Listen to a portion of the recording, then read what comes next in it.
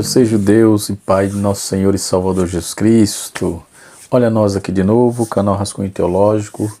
Vamos continuar nossa série de estudos. Estamos estudando sobre angelologia, a doutrina dos anjos, né? Estudo sobre os ofícios dos seres criados, dos seres celestiais, dos anjos, né? Dentro desse contexto, vamos ver também estudo sobre anjos e demônios à luz da Bíblia, o que a Bíblia nos aponta, né? Temos aqui informações sobejas para passar, glória a Deus, né? Então nós estaremos estudando sobre isto. E nesta oportunidade, hoje, nós temos há um tempo sem gravar nossas aulas devido à exiguidade do tempo, mas estamos aqui de volta. Canal Rascunho Teológico tem a finalidade de ensinar teologia bíblica teológica, sem dogma, ensinar a Bíblia ou a teologia dentro do seu contexto geral, ok? Hoje nós vamos falar sobre a hierarquia dos anjos, né? Tem outros assuntos que com certeza vamos entrar no decorrer da aula, não é? Tais como nós falamos na lição passada, na aula passada, sobre a origem, a natureza dos anjos, né? Mas antes de subir, de tratar essa questão sobre a hierarquia angelical, nós vamos ver sobre a origem da angelologia. Quem são os anjos referidos em Gênesis ao Apocalipse? São os anjos lá de Carvalhais de Maré. Quem é eles? Em Gênesis capítulo de número 13, versículo 18. Até aquela ilha chamada Pátimo, Apocalipse 1:9. Quem são esses anjos? As mais antigas evidências arqueológicas em favor da crença na existência dos anjos veio de Urnamos a cerca de 2250 a.C., onde os anjos são vistos a andejar sobre a cabeça do rei, enquanto este orava, visto que Abraão chegou àquela região pouco depois disto, então é possível que se estivesse familiarizado com a angelologia. Desde a juventude, como óbvio, a angelologia estava misturada a toda forma mitológica possível, religiões, superstição primitivas, sendo crença generalizada entre todas as religiões da antiguidade, né? Então os anjos têm origem, a angelologia já tem origem há muito tempo, né? Como vimos, desde os tempos que essa tem. Parece que quase todos os povos têm acreditado em seres espirituais, como poderia chamar de anjos, né? Embora seus idiomas não tenham algum vocábulo que possam traduzir em português dessa maneira, dessa forma, mas nós podemos observar que é fatídico isso, né? Os mensageiros de algo similar. No Novo Testamento, por exemplo, se inicia com anjo ocupado no serviço ativo, jamais põe a sua dúvida sobre põe em dúvida sobre a sua existência, né? Ou seja, jamais se põe em dúvida sobre isso. Então nós vamos ver que dentro dessa questão nós vamos trabalhar a questão da hierarquia. Então nós vamos ver o anjo do Senhor, né? Primeiro, o anjo do Senhor. Quem é o anjo do Senhor? Em trechos bíblicos, nós vamos encontrar em Êxodo 23, versículo 21, onde o anjo do Senhor parece dotado de autoridade para perdoar transgressões, e o nome de Deus estava sobre ele. Juízes, capítulo 2, verso 1. Aí encontramos também a manifestação especial de Deus, talvez uma manifestação de longo ou pré-encarnado, né, como se crê alguns intérpretes. Nesse caso, esses trechos, por exemplo, são paralelos a Apocalipse, capítulo 1, verso 1. Acerca disso, entretanto, não podemos ter certeza, não é? Também vamos ver Gênesis capítulo 16, verso número 7, a seguir, Gênesis 21, 17, Gênesis 22, 11 e 15, Gênesis 24, versículo 7 e 40, versículo 7, versículo 40, Gênesis 31, verso 11 a 13, Gênesis 32, verso 24 a 30, Êxodo, capítulo de número 3, versículo 6, Êxodo, capítulo número 13, versículo de número 22, ainda Êxodo, capítulo 14, versículo 19, e Números, capítulo 22, versículo 22, Josué, capítulo 5, versículo número 14, Josué, capítulo 6, versículo 2, e Juízes, capítulo 2, versículos 1 a 5, e 1 Crônicas, capítulo 21, versículos 15, 18 e 27, e Ezequiel, capítulo 1, versículo 10. A origem da doutrina dos anjos, é óbvio, tudo isso fala do anjo do Senhor, esses textos que eu citei aqui, certo? Os anjos estão envolvidos no julgamento, os anjos têm envolvimento em várias áreas aqui, dentro do contexto bíblico, teológico e histórico, dentro da historiografia das religiões, não só do cristianismo, mas das religiões no seu contexto, no seu bojo de informação geral, ok? Poderíamos, em outra oportunidade, citar essas religiões, mas vamos omitir tal informação em detrimento de alguns códigos de ética que precisamos preservar, ok? Enfim, a origem da doutrina do anjo é óbvio que desde o Antigo Testamento, no Novo Testamento, há uma angelologia bastante elaborada, muitos eruditos, ou seja, incitam nas culturas não hebreias, tinham crenças acerca de poderosos anjos, de seres espirituais, antes dos tempos veterotestamentários também, então talvez se possa achar a origem dessa doutrina na experiência humana, a partir dos livros sagrados, a evidência que nos autorizam aí a crer na interferência, no serviço e interesse da natureza positiva ou negativa dos seres espirituais, e nisso nós temos tratado também sobre a natureza dos anjos, a natureza dos anjos, que é um fator preponderante e interessante para conhecermos um pouco sobre isso. Depois vamos falar sobre os anjos caídos, a adoração aos anjos, o erro da demitização, que quem trabalha muito com essa visão é os céticos liberais, que não acompanham de perto as manifestações, não acreditam em nada, são coisas irrelevantes ao meu ver, ok? E assim sucessivamente. Se eu quiser, os fatores espirituais, a criação espiritual está aí. Se eu não quiser, ela está aí do mesmo jeito. Então, não é os liberais que vão fazer com que deixe de existir não só os anjos, como a sua doutrina, ou seja, os estudos sobre os anjos. Então, dentro da hierarquia angelical, eu falei do anjo do Senhor, em capítulo 16, verso 7 de Gênesis. Ele era enigmático, o anjo do Senhor, veja, e tem um comentarista chamado Dr. Gel Goldman.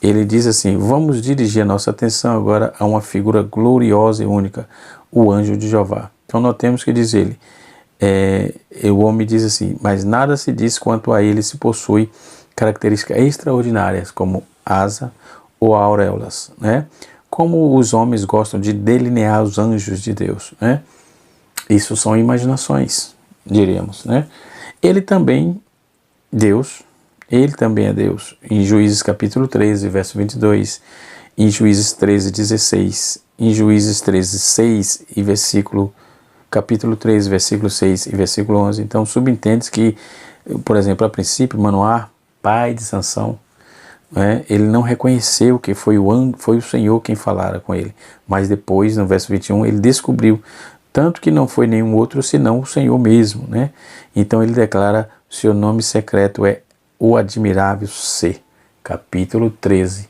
versículo de número 18 do livro de Juízes, É a mesma palavra traduzida por maravilhoso, o que dizer admirável Ser, ok?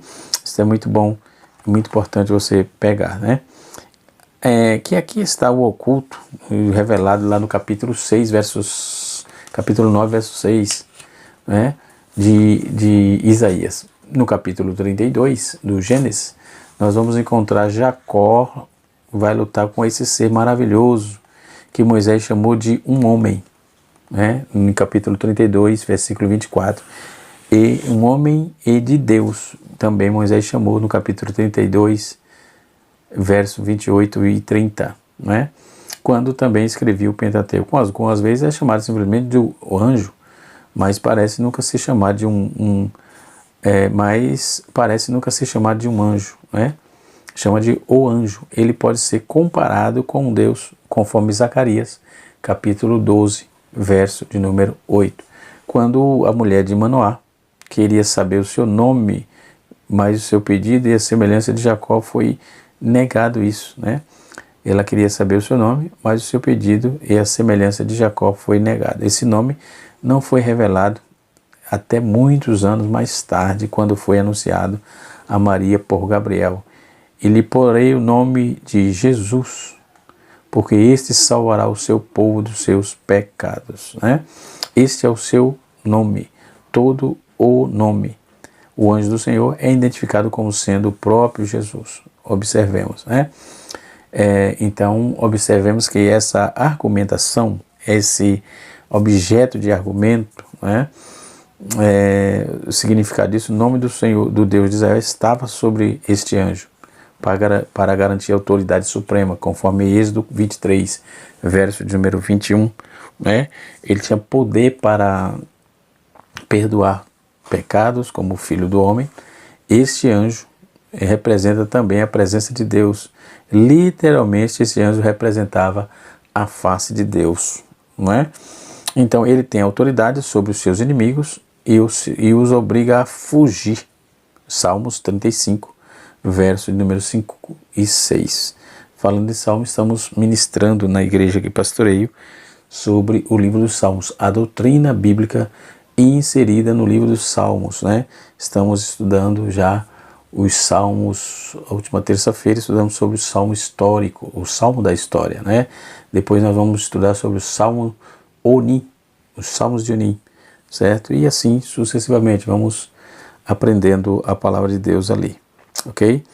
Ele os anjos fazem promessa, traz novas revelações para a nação de Israel. Zacarias 6, Zacarias capítulo 3, versos 6 e 10 a 10. Ele intercede a Deus pelo povo eleito, né? Zacarias 1, verso 12. O anjo do Eterno, ele prefigura indiscutivelmente o mistério da encarnação. Além disso, ele apresenta a presença e ação de Deus no meio do seu povo. Fontes eloístas, por exemplo, do Pentateuco, viram ele a segunda pessoa da Trindade. Outros, porém, não opinam assim. Mas isso não afasta a força do argumento defendido aí pelas Escrituras, aceito pelos cristãos de todos os tempos, a serem, e sempre pensam assim, né? Então, dentro desse contexto, podemos observar que essa propositura bíblica do anjo do Senhor, né? Este anjo do Senhor, o anjo do Eterno, ele também traduz o original grego, que é o Senhor Jesus Cristo, que Deus age desde os céus e seu anjo aparece e fala diretamente na terra. Okay? Isaías 63, verso 9, nos aponta assim plenamente por meio dele, e nele está o seu nome. Jesus é chamado de anjo de sua face, enquanto Malaquias 3:1, ele fala onde dois anjos são mencionados. O primeiro se refere a João Batista e o segundo, porém, é a pessoa de Jesus Cristo. Então isso é uma revelação importante dentro do contexto do estudo sistemático da angelologia, ok? Assim falou, né, o Senhor a Agar. Então, vamos lá, a primeira pessoa do singular. Falou a Agar, falou a Abraão, falou a Jacó, falou a Moisés, falou a todo Israel e falou também a Gedeão. Algumas vezes ele é distinguido de Deus, como em Samuel, capítulo 2 Samuel 24, verso 16, e Zacarias, capítulo 1, verso 11 a 13. Isso dá a maior fase em que identificamos diretamente com Deus. O anjo do Senhor é a expressão vulgarmente usada no Antigo Testamento para designar o próprio Cristo em várias faces. O próprio Cristo, né, em várias de suas manifestações antes da encarnação. E por conseguinte, essas manifestações elas foram feitas pelo próprio Cristo. Assim sendo, o anjo do Senhor algumas vezes aparece como anjo de Deus, né? E nós vamos ver que em muitas passagens ele é distinto de Deus, mas depois identificado como sendo de fato uma personalidade divina, ou seja, em sentido único, ou uno, né? Quanto à função do anjo do Senhor, ela aparece algumas vezes como sendo agente. Por exemplo, agente da destruição do julgamento e de julgamento, em 2 Samuel 24:16, 2 Reis 19:35, Salmo 35, verso 5 e 6 e Atos 12, verso de número 23. Em Daniel, ele aparece também como agente de livramento. Nós vamos ver em Daniel 3, versículo 25 a 20 e 28, e Daniel 6, versículo de número 22 e Atos 12, verso 11. Ele aparece, ele oferece orientação e fornece instrução, conforme vamos ver em Gênesis 16, a partir do versículo 17, né? E vários outros textos, a exemplo de Gênesis 24, Êxodo 23, 1 Reis 19, 2 Reis 1 e Mateus capítulo 2, Atos capítulo 8, enfim. Outro anjo, dentro da sua hierarquia, né, é o arcanjo Miguel, né? O arcanjo Miguel, quando contendia com o diabo, disputava a respeito do corpo de Moisés e não usou pronúncia de juízo contra ele, mas disse: o Senhor te repreenda. Judas 9. Judas só tem um capítulo, é o verso 9, não é? Anjo quer dizer ângelo ou arcângelo, que quer dizer anjo, ou arcanjo, aliás, quer dizer arcanjo. É uma expressão somente usada em 1 Tessalonicenses 4:16, né? Em todo o Novo Testamento designa algo de poder altíssimo angelical, dotado de autoridade sobre larga experiência, ou área moral, área celestial ou terrena. E no livro de Enoque, né? É um livro apócrifo, ele dá o nome de 7 arcanjos. E nós vamos saber um pouco sobre isso. Querendo ou não, está para se estudar, e o que está para se estudar temos que esmiuçar, não é? Isso aqui não é regra de fé, não é? E prática, é a regra do aprendizado, ok? A saber, vamos ver o 7 arcanjos que está no livro de Enoque, no livro Apócrifos, não é? É Uriel, Rafael, Raquel, Saracael, Miguel, Gabriel e Remiel. Já os judeus mantêm uma teoria de 8 arcanjos, enquanto o livro de Enoque fala de 7, na Bíblia fala só de 1, né?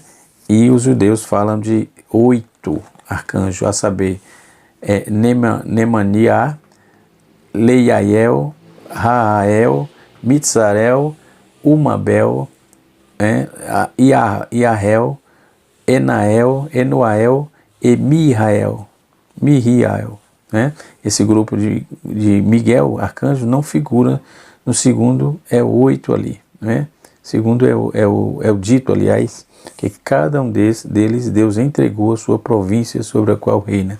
Na província de Miguel seria autoridade sobre o melhor, não é? Por porção da humanidade e sobre os caos. Os escritos judaicos também fazem assim dele um protetor de Israel como nação. Os povos muçulmanos também têm a mesma ideia, não é? Eles dizem que quem for inimigo de Deus e de seus anjos e seus mensageiros, e de Gabriel e de Miguel, terá Deus por inimigo. Então, o arcanjo, apesar de todos, se depende aí dos livros não canônicos, isso é, que há 7 arcanjos nas escrituras, só designa um, não é? Então os livros não canônicos falam de 7, mas a Bíblia, como eu já disse, só designa um anjo, um arcanjo, aliás, não é? Então, em Judas 9, talvez antes de sua queda, Lúcifer, que quer dizer resplendor, que eu também não sei porque se chama de Lúcifer, né? Fosse também um arcanjo, né? Fosse também um arcanjo igual a Miguel, mas por causa de seu pecado teve seu título cassado por Deus. Ou seja, agora apenas é tratado assim: tu eras, né? E é tratado assim. Esse prefixo arque, por exemplo, sugere um anjo-chefe, né? O principal, o poderoso, assim que Miguel é agora o anjo acima de todos os anjos, reconhecido como sendo o primeiro príncipe do céu, né? Podemos observar também que será sobre o juízo. O arcanjo em foco é sempre representado como anjo-chefe, o capitão do exército celestial em Apocalipse, capítulo de número 12, verso de número 7. No Antigo Testamento, ele aparece periodicamente identificado como Israel, identificado com Israel como nação. Deste modo, Deus fala dele como o príncipe do povo eleito. Naquele tempo se levantará Miguel, o grande príncipe, né? Que se levantará pelos filhos do seu povo. Daniel capítulo 12, verso de número 1. Então ele protege, ele defende o caráter especial do povo eleito, seja como for, ele é sempre visto como o arcanjo representado, né? Ou os principados, né? Em Colossenses 1,16, como os escritos pós-bíblicos não são tipos de arcanjo, explicações aí judaicas dadas sobre esse tema indica que tais anjos têm sobre suas ordens vasto número de seres espirituais. Quais são os reis celestiais, como muitíssimos súditos, mas eles mesmos estão naturalmente sujeitos a Deus, o grande rei, né? Então, esses mesmos escritos que defendiam o trecho de Atos capítulo 7, versículo 38, talvez se referia a Miguel como anjo enviado na doação da lei, né?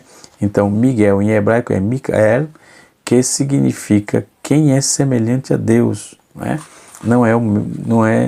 Não nos é revelado aí porque esse significado, mas pode ser em oposição e disposição hostis de Satanás, ok?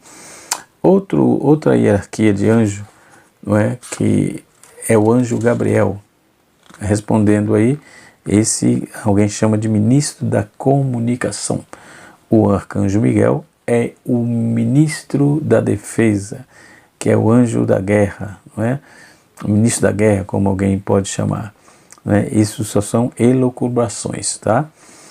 Elucubrações. Então, o arcanjo, ou seja, o anjo Gabriel, respondendo o anjo, disse: eu sou Gabriel, que assisto diante de tanto de Deus.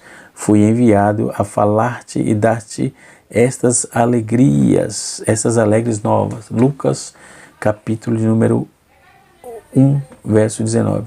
O anjo Gabriel vem citando nas seguintes passagens das Escrituras: Daniel 8,16, o versículo a seguir, Daniel 9,21, Lucas 1, versículo 19 e 26, como sendo aí um anjo do Senhor. Ele está em foco, provavelmente, nestas passagens aí do Novo Testamento, não é? E seu nome em hebraico é Gabriel, e significa herói de Deus, ou segundo o outros, né? Ou varão de Deus. Isso significa Gabriel, ok? Outra informação importante que podemos ver é quem é os querubins, que é uma outra hierarquia de anjos, né? As hierarquias de anjos, né? E havendo lançado fora o homem, isso está em Gênesis 3, versículo 24, o texto diz assim: e havendo lançado fora o homem, pôs querubins no oriente do jardim do Éden, e uma espada inflamada que andava ao redor para guardar o caminho da árvore da vida. As interpretações a respeito desses seres celestiais variam bastante. O Dr.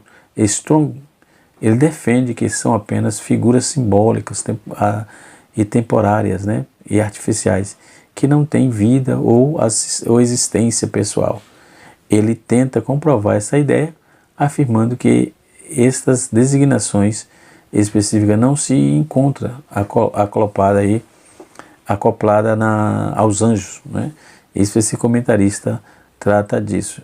Smith, no seu dicionário bíblico, e o doutor também Alford, no Testamento do grego, ele defende que são apenas símbolos dos atributos de Deus, né?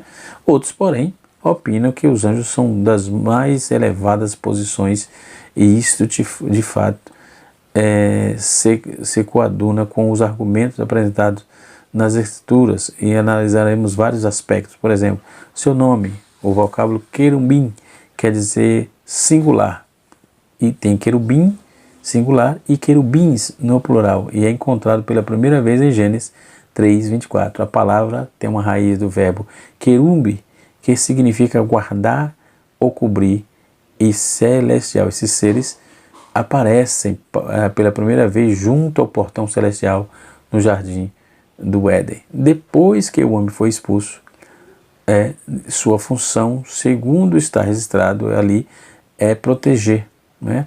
Proteger que o homem não retorne poluindo a santa presença de Deus.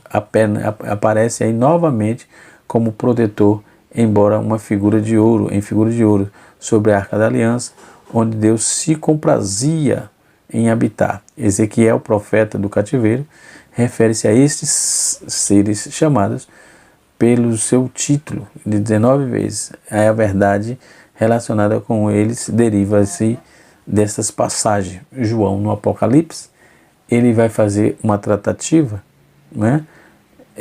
Aparentemente queria identificá-los como querubins, ou chamou de criaturas viventes, né? Sendo que, por exemplo, alguns comentaristas, né, vê essas criaturas viventes são seres distintos dos querubins, ainda que possuam as mesmas características. Ou, segundo argumento, alguns dos escritos paralelos para o exílico, eles combinam aí, ou concebiam o querubim da seguinte forma. Diziam que os querubins são anjos, teoricamente falando, são animais mitológicos, e apresenta Ezequiel capítulo 1 e também Ezequiel capítulo 10. Importado do ambiente babilônico, que serve de cavalgadura a Jeová. Salmo 18, verso 10. Sentinelas que vedam o acesso dos mortais à divindade. Capítulo 3, versículo 24 do Gênesis. Né? E é colocado sobre a cobertura da arca. Então aparece ter função intercessora no lugar santo, conforme Êxodo 26, verso 1 e verso 31. Essa interpretação foi bastante divulgada na Idade Média, mas não foi aceita pela maioria dos cristãos, por não se harmonizar aí com o pensamento das Escrituras. Em segundo ponto, os querubins são seres reais, né, do ponto de vista divino e de observação. Segundo a maneira de interpretação deve ser mais aceita sobre o povo de Deus. De ambos os testamentos são vistos aí pela primeira vez os guardiões celestiais em Gênesis, capítulo 3, 24, e em outras seções da Bíblia, essa figura simbólica, as coisas celestiais, aparecem em Hebreus, capítulo de número 8, verso 5, e Hebreu, capítulo número 9, verso 23. A palavra querubim não ocorre no grego secular. É uma transliteração do hebraico ou aramaico, daí a variedade de terminações no plural, né? Então entre os profetas, somente Ezequiel menciona a palavra querubim, né? Somente ele menciona isso, né? Ele vai fazer essa tratativa, somente Ezequiel trabalha essa proposta, né? Outro fator interessante é que os querubins são mencionados em ambos os testamentos, né, como seres associados ao trono do Criador. No Antigo Testamento, o judaísmo meditava consideravelmente acerca do trono carro, que é descrito no capítulo, que é descrito em Ezequiel. Mas inclusive tem alguns alegoristas que trabalham muito isso, querendo saber dizendo até mesmo como é que anda os carros de Deus e tal, e como é que Deus suspende o trono, que desce, enfim, é alegoria total, né? Mas os sabinos não se encorajam a tais especulações.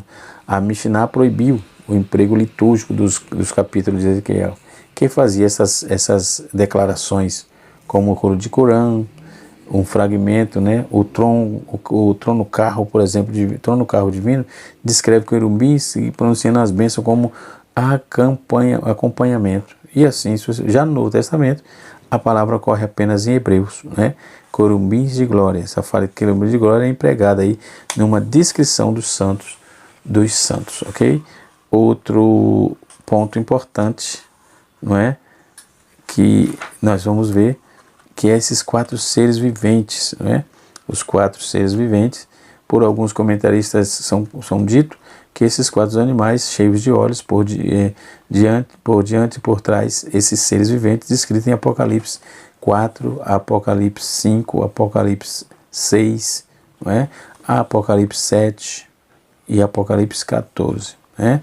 E Apocalipse 19 são seres angelicais, uma espécie de querubim distintos, né? Ou ainda que celestiais, mas que a Bíblia menciona em outras passagens. Nesse caso, as criaturas são mencionadas, aqui são mencionadas aí, estariam associadas com os querubins escritos em Ezequiel, né?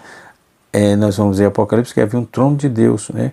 Como um mar de vidro, como um mar de vidro semelhante ao cristal, e por meio do trono, ao redor do trono, 4 animais cheios de olhos, por diante e por trás, na frente e por trás. O primeiro animal era semelhante ao leão, o segundo animal era semelhante a um bezerro, e o terceiro animal, o rosto era como de homem, e o quarto animal era semelhante a uma águia voando, não é?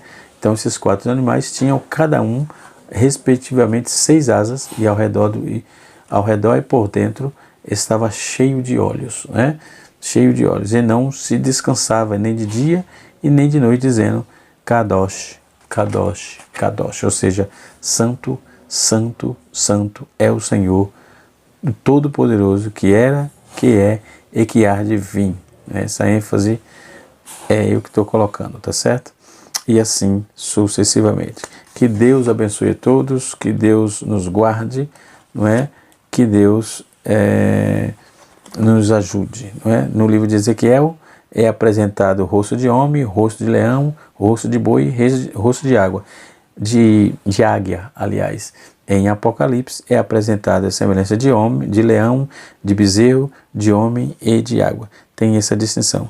Até a próxima aula, se Deus assim nos permitir. Na próxima aula daremos continuidade sobre outros anjos e suas funções específicas. E vamos concluir também essas nuances que deixamos aqui para você pensar e estudar um pouco. Deus abençoe. Canal Rascunho Teológico, ensinando para transformar vidas.